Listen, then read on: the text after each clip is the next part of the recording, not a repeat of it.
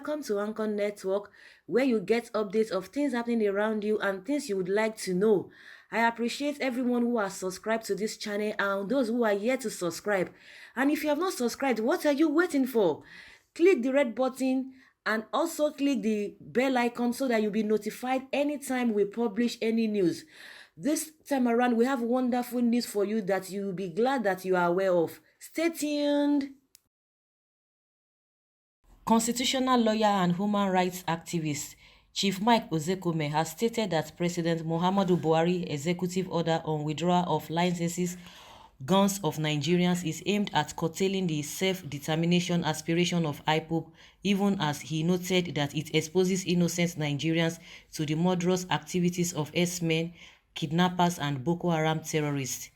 In a statement titled President Muhammadu Buhari's executive order withdrawing gun licenses, the legal and social consequences, the senior advocate of Nigeria said, ordinarily one would have readily applauded President Muhammadu Buhari for signing an executive order banning possessions of guns having regard to the unbridled proliferation and possession of small and medium-scale politically motivated and banditorily induced arms currently in circulation.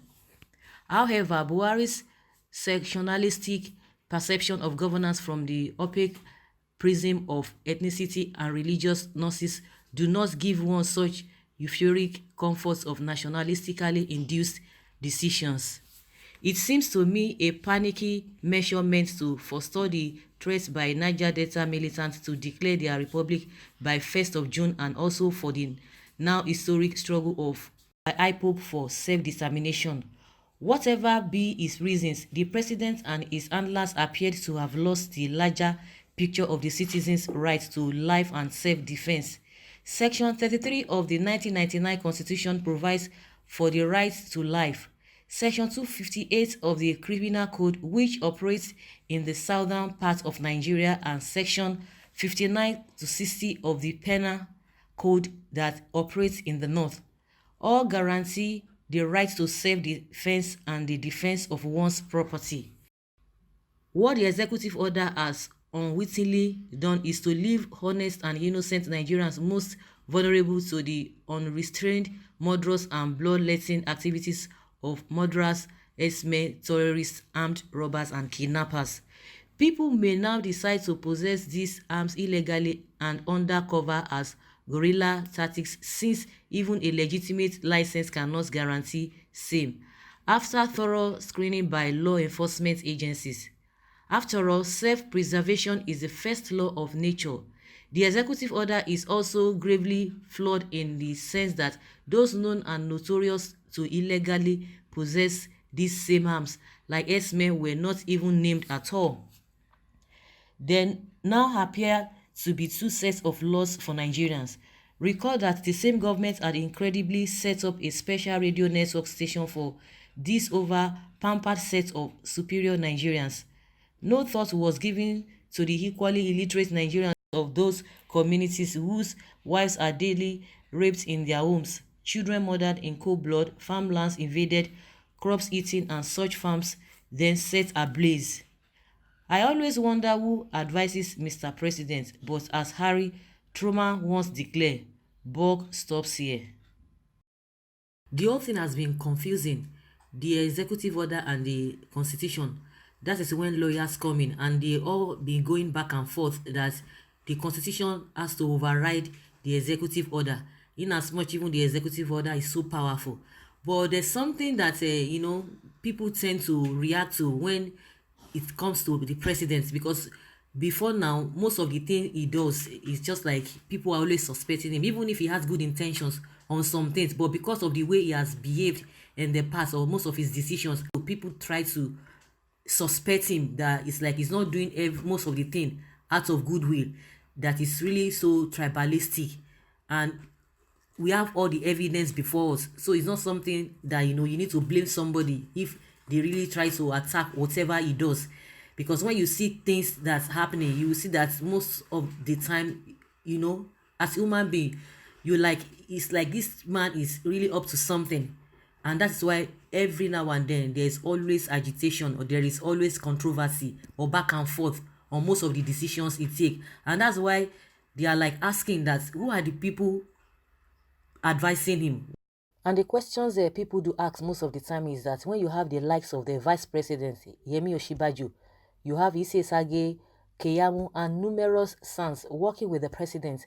But anytime they bring any kind of a policy or law, it always comes with arguments back and forth. Of course, we know that lawyers do argue, irrespective of how straight a case may be, or a decision or a policy may be. They will want to argue it back and forth.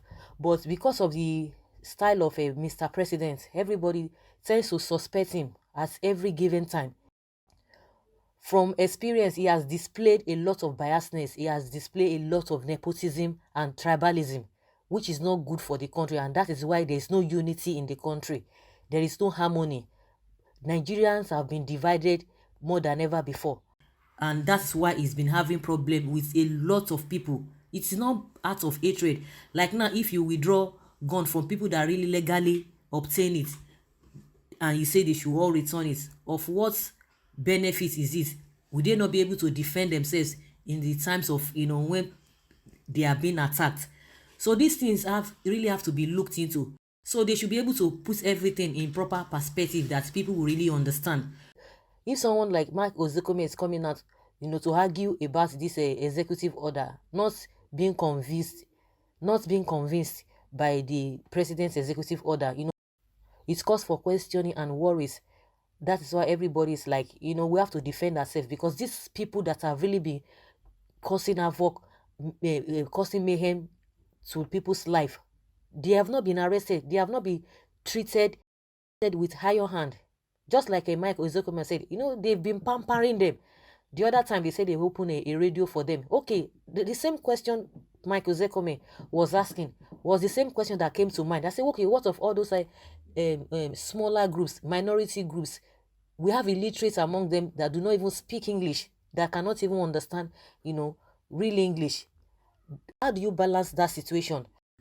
The reason why people always complain about this president that is so tribalistic is that when the issue of Ipob came up, it didn't take so much time. They just gave them the name they wanted to name them. Then these are the people that have not really harmed people. They don't carry arms. They don't carry any weapon that, that will be detrimental to the lives of people. But these so-called bandits in the north, they've been destroying at higher level, not even at lower level. That they've been shaking the whole country. They are all over the place in the country. There is nowhere you don't see them operating. But IPOB, they are just in their own corner saying this is what we want. Yet you gave them the name you wanted to give to them. But these people have been roaming about the streets. You pamper them.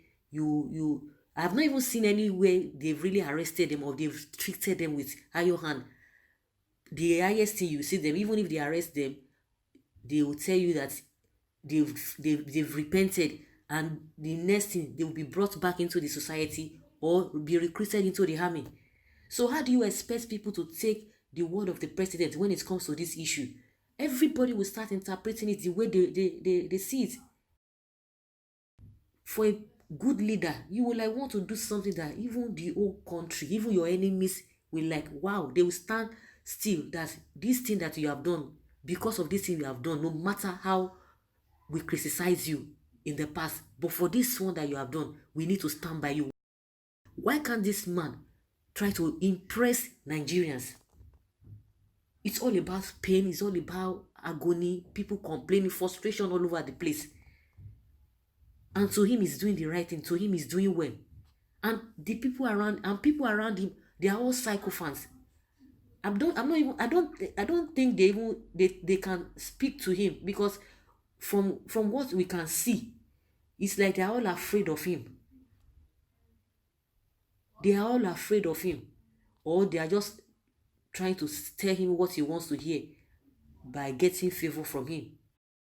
So the gurus in the house that are really knowledgeable about laws, we would like you to put down your comments in order for us to be able to, have a constructive criticism. Not that we'll just be criticizing out of ignorance.